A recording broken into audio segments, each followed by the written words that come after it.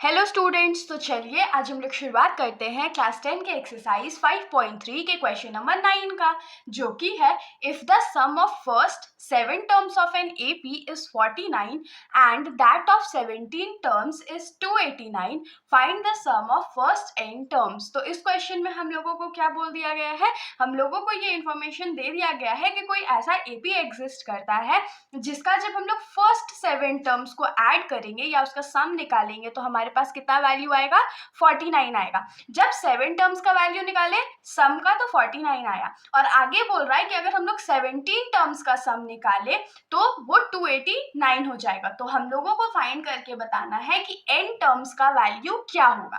तो देखिए, सबसे पहले जो इस क्वेश्चन में हम लोगों को गिवन है, जैसे S7 का वैल्यू और S17 का वैल्यू गिवन है, वो हम लोग निकाल लेते हैं और फिर वहां से हम लोग पूरा कोशिश करेंगे कि एक इक्वेशन निकाला जाए। तो चलिए हम लोग सॉल्व करते हैं।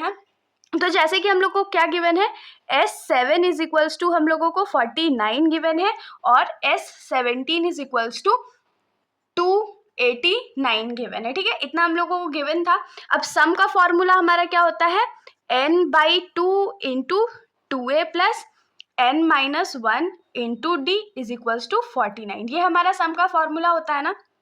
तो n का वैल्यू हमारे पास क्या है, 7 है, तो ये 7/2 2a, क्योंकि हम लोगों को जो a का वैल्यू है और d का वैल्यू है वो तो पता ही नहीं है, तो ये 7 - 1 into d is equals to 49 हो जाएगा।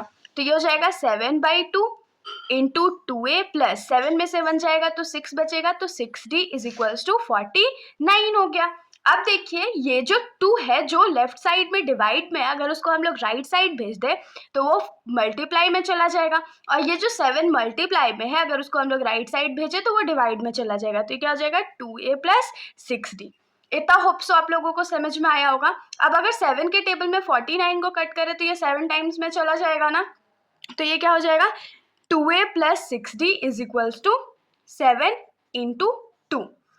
अब हम लोग क्या करते हैं ना, थोड़ा सा इसको और सिंप्लीफाई कर देते हैं। तो यहाँ पर अगर हम लोग 2 कॉमन ले ले तो ये क्या होगा, यहाँ पर a बचेगा प्लस 6 में से अगर 2 कॉमन ले लेंगे तो 3 बचेगा, तो 3d हो गया, और यहाँ पर 7 इंटू 2 ही रहने देते हैं। अब ये जो 2 इस साइड मल्टीप्लाई में है, अगर उसको हम लोग राइट साइड भेज दे तो वो डिवाइड में चला जाएगा, तो 7 इंटू 2 डिवाइडेड बाई 2, ये 2 और ये 2 कट गया, तो हम लोगों के पास एक वैल्यू क्या आ गया, a plus 3d is equals to 7। इसको हम लोग मान लेते हैं इक्वेशन नंबर 1। अब हम लोग आ जाते हैं सेकेंड गिवन इंफॉर्मेशन पे, जो कि था S17 इज इक्वल्स टू 289।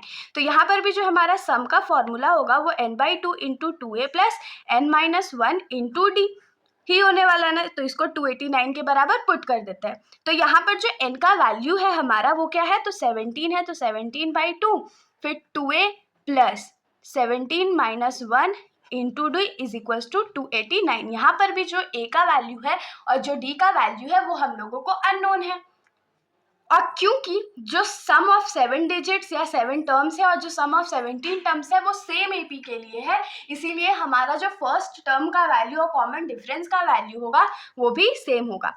तो 17/2 इंटू 2a प्लस 17 में से 1 जाएगा तो 16 बचेगा, और 16 इंटू डी 16d हो गया इज इक्वल्स टू 289।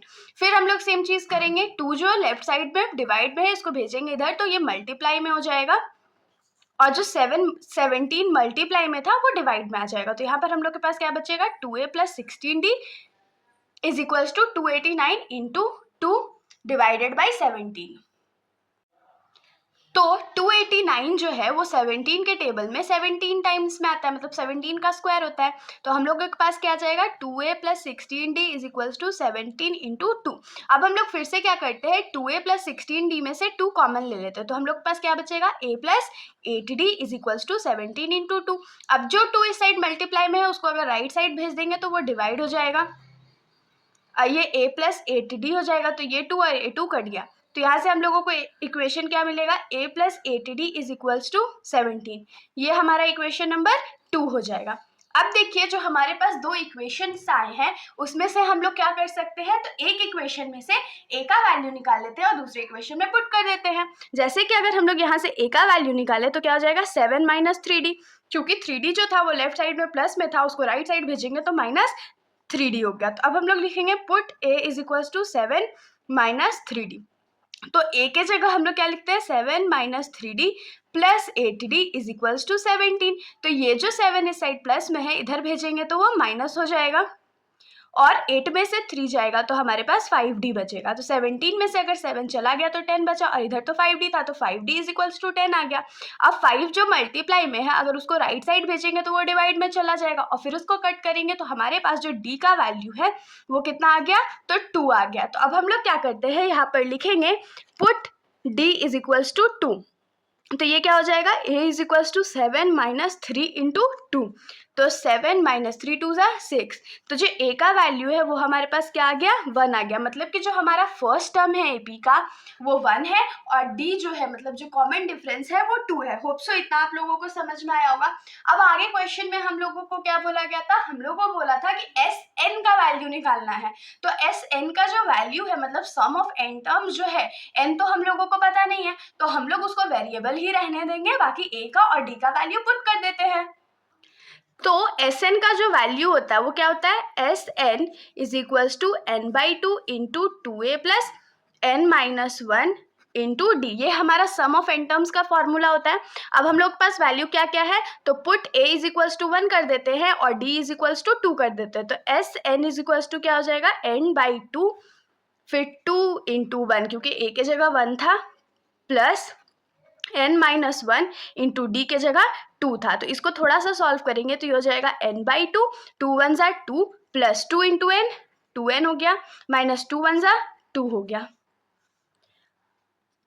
अब देखिए इन सब में से अगर हम लोग 2 कॉमन ले लेते हैं, ठीक है, या इसको कट कर देते हैं। देखिए प्लस 2 था माइनस 2 था तो कट गया ना, क्योंकि 2 में से 2 जाएगा तो 0 बचेगा। तो हम लोगों के पास मल्टीप्लाई में क्या बचा, 2n। तो ये 2 और ये 2 कट गया तो यहाँ पर से n इंटू एन हमारे पास बचा। मतलब कि जो Sn का वैल्यू था, सम ऑफ n टर्म्स का वैल्यू क्या हो जाएगा, n स्क्वायर। तो हम लोग लिखेंगे देयरफॉर